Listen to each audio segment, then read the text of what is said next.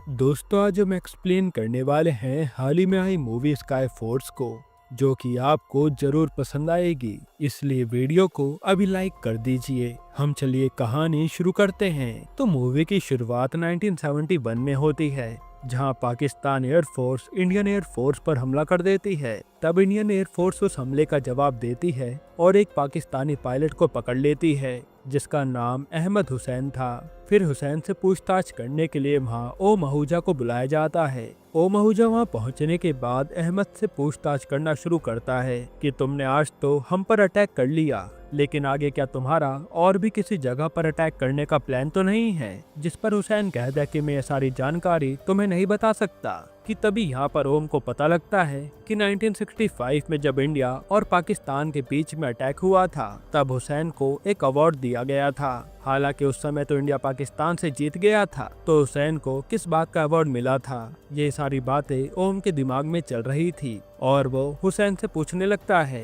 तब हुसैन बताता है कि उस अटैक में मैंने एक इंडियन पायलट को खत्म कर दिया था, इसलिए मेरी सरकार ने मुझे इसी चीज के लिए अवार्ड दिया था। अब ये सारी बातें सुनकर ओम शॉक्ड हो जाता है, जिसके बाद कहानी फ्लैशबैक में जाती है और हमें 1965 का सीन दिखाया जाता है, जहां हम एक एयरबेस को देखते हैं और वहां का विंग कमांडर ओम आहूजा होता है और वो अपने जूनियर्स को ट्रेन कर रहा होता है। उसी बैच में उनका फेवरेट विजय नाम का पायलट भी होता है, जिसको सब लोग टैबी कहकर बुलाते थे। टैबी के किरदार की बात करें तो वो काफी फियरलेस बंदा था।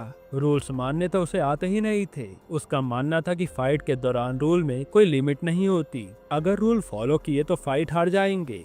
इसलिए वो अपनी प्रैक्टिस भी काफी बेखौफ होकर किया करता था। यहाँ टैबी की चटर्जी नाव के बंदे के साथ ज्यादा अच्छी नहीं बनती थी और चटर्जी टैबी से जलता था, क्योंकि टैबी ओम का फेवरेट था। जिसके बाद हम देखते हैं कि ओम को अभी अभी पता लगा होता है कि पाकिस्तान के एयरफोर्स ने इंडिया पर अटैक करा था, जिसकी वजह से उनके 3 फाइटर्स मारे गए हैं। ये पता लगते ही ओम सीधा अपने सीनियर्स के पास जाता है और उनसे कहता है कि अब हमें भी पाकिस्तान पर अटैक कर देना चाहिए। हमें उन्हें दिखा देना चाहिए कि हम किसी से भी कम नहीं हैं। आखिर कब तक पाकिस्तान वाले ऐसे ही हम पर अटैक करते रहेंगे? उन्हें जवाब तो देना ही पड़ेगा। जिस पर ओम के सीनियर कहते हैं कि ये परमिशन देना मेरे हाथ में नहीं है। जब तक मुझे ऊपर से ऑर्डर नहीं मिलते, तब तक मैं कुछ भी नहीं कर सकता। फिर ओम के सीनियर हेडक्वार्टर से बात करते हैं, लेकिन वहाँ से भी उन्हें परमिशन नहीं मिलती। वहीं ओम को अभी भी पूरा विश्वास था कि पाकिस्तान अभी भी चुप नहीं बैठेगा, वो हम पर दोबारा हमला कर सकते हैं। इसलिए वो अपने सोल्जर को आने वाले दिनों के लिए तैयार कर रहा होता है।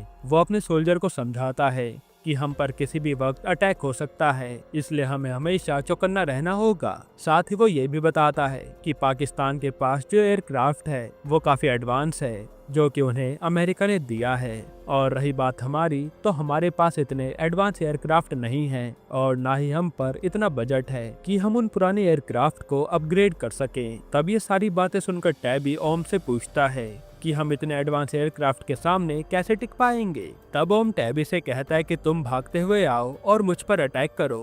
टैबी बिल्कुल ऐसा ही करता है और वो भागते हुए उसके पास जाता है, लेकिन ओम बीच में से हट जाता है और टैबी गिर जाता है। ऐसा होने के बाद ओम अपने सोल्जर से कहता है कि हमें भी पाकिस्तान एयरफोर्स के साथ यही करना है। उनके स्ट्रेंथ को ही हमें उनकी वीकनेस बनाना है। तब ओम की बात सभी सोल्जर्स को समझ आ जाती है। फिर ओम और टैबी बात करते हुए जा रहे होते हैं, जहाँ टैबी उनको सॉरी बोलता है, क्योंकि ट्रेनिंग के लिए ही सही उसने ओम पर अटैक किया था। तब ओम कहता है कि कोई बात नहीं और वो उससे उसकी वाइफ गीता के बारे में पूछता है, जिस पर टैबी उसे बताता है कि गीता हर समय टेंशन में रहती है कि कहीं मुझे कुछ हो ना जाए। इतनी टेंशन उसे नहीं लेनी चाहिए क्योंकि वो प्रेग्नेंट है। अब ये सारी बातें सुनने के बाद ओम टैबी और उसकी वाइफ को आज रात अपने घर डिनर पर बुलाता है। फिर रात को टैबी और गीता उनके घर डिनर पर पहुंच जाते हैं, जहां ओम और उसकी वाइफ प्रीति दोनों गीता को बड़े प्यार से समझाते हैं कि उसे ऐसी कंडीशन में टेंशन नहीं लेनी चाहिए। और रही बात टैबी की, तो ओम उसका पूरा ध्यान रखेगा।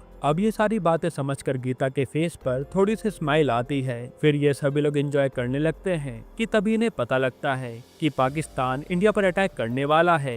ये खबर सुनते टैबी और ओम यहाँ से फौरन निकल जाते हैं और जंग की तैयारी करने लगते हैं, लेकिन इतने में पाकिस्तान वाले उन पर अटैक कर देते हैं और इंडिया के काफी सारे सोल्जर्स मारे जाते हैं। अब अपने सोल्जर्स को शहीद होता हुआ देखकर इंडिया डिसाइड करता है कि अब शांति समझौते से कुछ नहीं होगा उन्हें भी पलटकर जवाब देना पड़ेगा। फिर हम ओम और उसके सीनियर्स को देखते हैं जो कि स्ट्रेटेजी बना रहे थे, जहां पर ओम अपने सीनियर्स को बताता है कि पाकिस्तान ने अपने अमेरिकन एयरक्राफ्ट को बॉर्डर के पास वाली एयरबेस में नहीं रखा है, बल्कि पाकिस्तान के सेंटर सरगोधा में रखा हुआ है, क्योंकि उन्हें लगता है कि हिंदुस्तान वाले सरगोधा में कभी अटैक नहीं कर पाएंगे, इसलिए हमें सरगोधा में ही अटैक करना पड़ेगा। दरअसल ये सारी बात ओम को पाकिस्तान के पीएम की स्पीच सुनकर पता लगी थी, जिसमें पाकिस्तान का पीएम कहता है कि हमारे पायलट्स हिंदुस्तान पर हमला करके 30 मिनट में वापस आ गए थे। तब ओम कहता है कि अगर वो बॉर्डर पर होते तो वो 10 मिनट में अपने बेस कैंप पर नहीं पहुंच पाते, लेकिन उन्हें 30 मिनट लगे, तो मैं श्योर हूँ कि वो सरगोधा में ही होंगे। अब इसके बाद वो लोग डिसाइड कर लेते हैं कि वो लोग सरगोधा पर ही अटैक करेंगे और इसके लिए वो प्लान बनाने लगते हैं। लेकिन तभी ओम का सीनियर कहता है कि हमारे पास इतना फ्यूल ही नहीं है।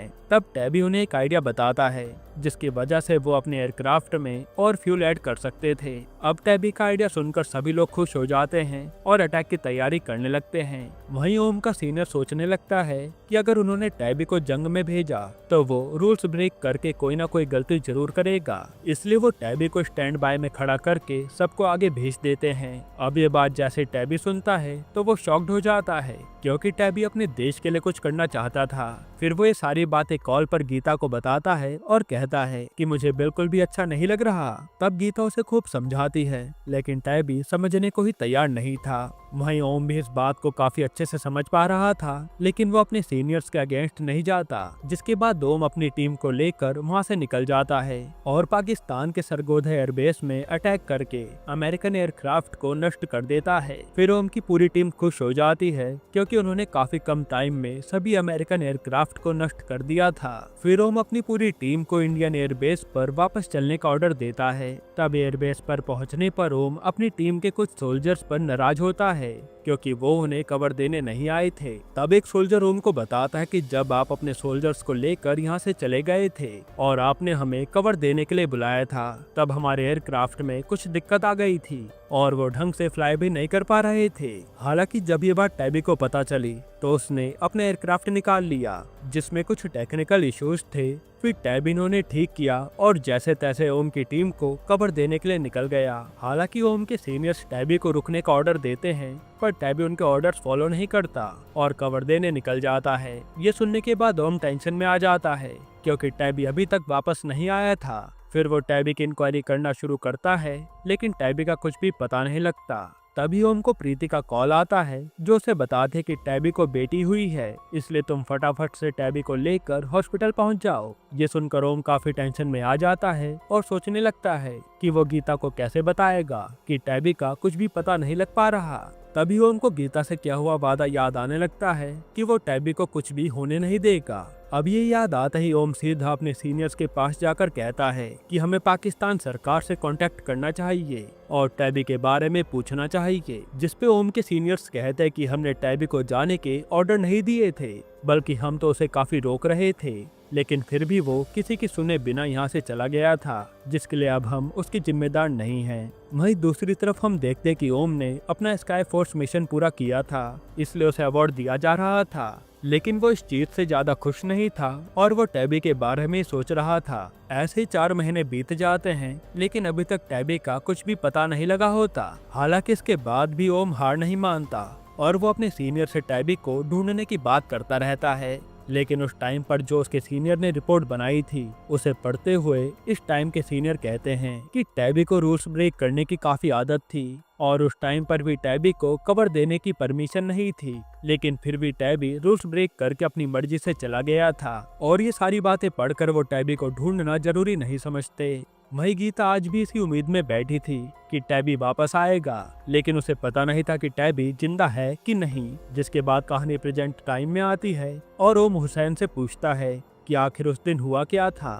तब हुसैन बताता है कि तुम और तुम्हारे सोल्जर्स ने जब सरगोधा पर अटैक किया था और तुमने हमारे 11 अमेरिकन एयरक्राफ्ट नष्ट कर दिए थे। दरअसल वहाँ पर 11 नहीं 12 एयरक्राफ्ट थे और 12वें एयरक्राफ्ट में मैं बैठकर तुम्हारा पीछा करने लगा था। फिर हम देखते हैं कि जैसे वो इंडियन एयरक्राफ्ट पर हमला करने वाला था कि तभी उसकी नज़र एक इंडियन एयरक्राफ्ट पर पड़ती है, जो कि उसी की ओर आ रहा था। ये देखते ही हुसैन ने उस इंडियन एयरक्राफ्ट पर मिसाइल लॉन्च कर दी, जिसके बाद वो ओम और उसकी टीम पर दोबारा से अटैक करने वापस आ ही रहा होता है कि तभी उसके ऊपर से किसी दूसरी इंडियन एयरक्राफ्ट से हमला कर दिया जाता है। ये सुनकर ओम शॉक्ड हो जाता है कि आखिर वो कौन सा एयरक्राफ्ट था। फिर वो आगे की बात पूछने लगता है, लेकिन हुसैन कहता है कि अगर इसके आगे मैंने कुछ भी बताया तो मैं अपने देश के साथ गद्दारी कर बैठूंगा, इसलिए वो उसे आगे की बात नहीं बताता।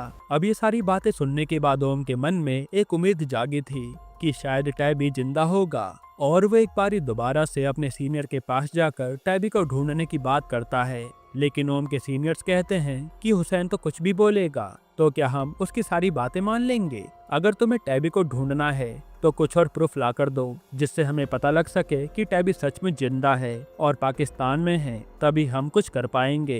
ये सुनने के बाद ओम इस काम में जुट जाता है और वो अपने सभी पुराने सोल्जर्स को कांटेक्ट करता है। वो उनसे पूछता है कि वो टैबी के बारे में सारी इन्फॉर्मेशन निकाले, साथ ही वो ये भी पता लगाए कि उस दिन आखिर हुआ क्या था। लेकिन ये सब करने के बाद भी ओम के हाथ ज्यादा जानकारी नहीं लगती और इस चक्कर में ओम उदास बैठा होता है कि तभी प्रीति ओम से कहती है कि उसे एक बार दोबारा से हुसैन से बात करनी चाहिए, क्योंकि कल उसे पाकिस्तान भेजा जा रहा था।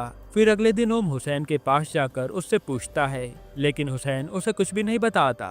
तब ओम हुसैन से कहता है कि जिस तरह तुम अपने घर वापस लौट रहे हो, तुम्हें देखकर तुम्हारे घर वाले खुश होंगे। तुम्हें भी अभी सोचना चाहिए कि अगर इंडियन आर्मी का कोई बंदा पाकिस्तान में फंसा हुआ और अगर तुम उसके बारे में बता दोगे तो उसकी फैमिली भी उससे मिलकर कितनी खुश होगी। अब इतना सब कुछ सुनने के बाद भी हुसैन उसको कुछ नहीं बताता और यहाँ से चला जाता है। मैं अब ओम को भी यकीन हो गया था कि शायद वो टैबी को कभी ढूंढ नहीं पाएगा। जिसके बाद ऐसे 10 साल बीत जाते हैं कि तभी एक दिन ओम के पास एक बुक आती है जिसे हुसैन ने भेजा था। हुसैन का नाम देखकर ओम थोड़ा शॉक्ड हो जाता है, जिसके बाद वो उस बुक को पढ़ने लगता है और उस बुक को पढ़ने के बाद ओम के मन में दोबारा से एक उम्मीद जाग जाती है कि वो शायद टैबी को इस बार ढूंढ पाएगा।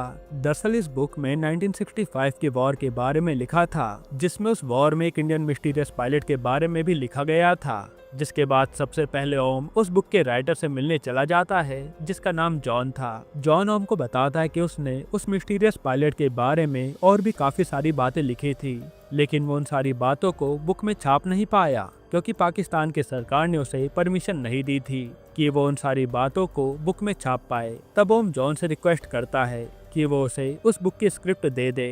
तब जॉन उसे वो पूरे पन्ने दे देता है, जिसे पढ़ने के बाद ओम को सारी बात समझ आ जाती है और फिर वो सीधा पाकिस्तान पहुंचता है हुसैन से मिलने के लिए।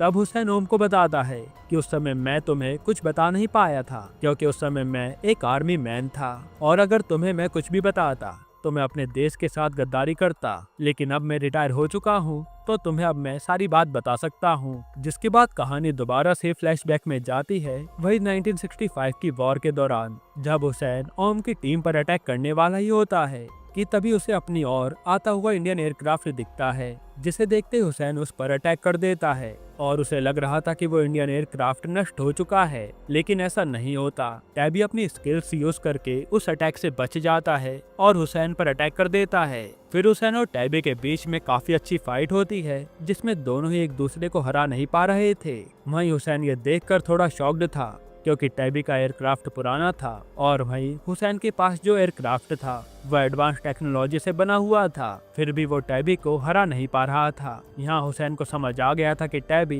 एक काफी अच्छा पायलट है और इसी दौरान टैबी हुसैन के एयरक्राफ्ट पर मिसाइल लॉन्च करके उसे नष्ट कर देता है। तब हुसैन तुरंत अपने एयरक्राफ्ट से पैराशूट खोलकर निकल जाता है। वहीं टैबी का एयरक्राफ्ट पुराना था, इसलिए वो अंदर से लॉक हो जाता है, इसलिए टैबी उसमें से बाहर नहीं निकल पाता। जिसके बाद उसका एयरक्राफ्ट जंगल में जाकर क्रैश होता है और उसकी वहीं मौत हो जाती है। ये सब सुनने के बाद ओम उस बुक और सब सबूतों को लेकर इंडिया आता है और प्रेसिडेंट को एक लेटर लिखता है, जिसके बाद टैबी के ऊपर एक और इंक्वायरी बैठाई जाती है और तब ओम अपने सीनियर्स को बताता है कि उस दिन टैबी के साथ दरअसल हुआ क्या था। साथ ही वो ये भी बताता है कि जब अमेरिका वालों को पता लगा था कि एक इंडियन पायलट ने अपने पुराने एयरक्राफ्ट से उनके एडवांस टेक्नोलॉजी वाले एयरक्राफ्ट को ब्लास्ट कर दिया था, तो ये बात सुनकर वो शॉक्ड थे जिसके बाद उन्होंने पता किया कि उनके एयरक्राफ्ट में क्या प्रॉब्लम थी, जिस वजह से टैबी उस एयरक्राफ्ट को नष्ट कर पाया और फिर वो दोबारा से अपने एयरक्राफ्ट को सुधारने में लग गए। फिर ओम अपने सीनियर्स को कहता है कि अगर उस दिन टैबी ने रूल्स ब्रेक नहीं किए होते तो आज हम में से कोई जिंदा नहीं होता, क्योंकि हमारी टीम पर हुसैन अटैक करने वाला था जो हमें खत्म कर देता। अब ये सारी चीजें सुनने के बाद और सारे सबूतों को देखने के बाद ओम के सीनियर समझ जाते हैं कि उन्होंने टैबी को कितना गलत समझा और उनकी इसी गलतफहमी की वजह से टैबी को ना कभी कोई मेडल मिला और ना ही उसे सर्च किया गया। इसलिए अब वो ओम से माफी मांगते हैं और टैबी का नाम महावीर चक्र के लिए रिकमेंड करते हैं, जिसके कुछ समय बाद गीता को वो चक्र दिया जाता है। इसके बाद टैबी को इंसाफ मिल जाता है और सबको टैबी की कहानी पता लग जाती है। वहीं ओम हुसैन के साथ वहां जाता है जहां टैबी की कब्र बनाई हुई थी और वहां जाकर वो टैबी को श्रद्धांजलि देता है। इसी के साथ ये मूवी खत्म होती है। और दोस्तों आपको बता दूं ये मूवी एक ट्रू बेस्ड स्टोरी थी। आपको ये मूवी कैसी लगी हमें कमेंट में जरूर बताइएगा और इसके अलावा आप कौन सी मूवी का एक्सप्लेनेशन चाहते हैं वो भी कमेंट कीजिएगा। बाकी अगर आपको हाल ही में आई एक कमाल की मूवी देखनी है तो आप ये वीडियो देख लीजिए।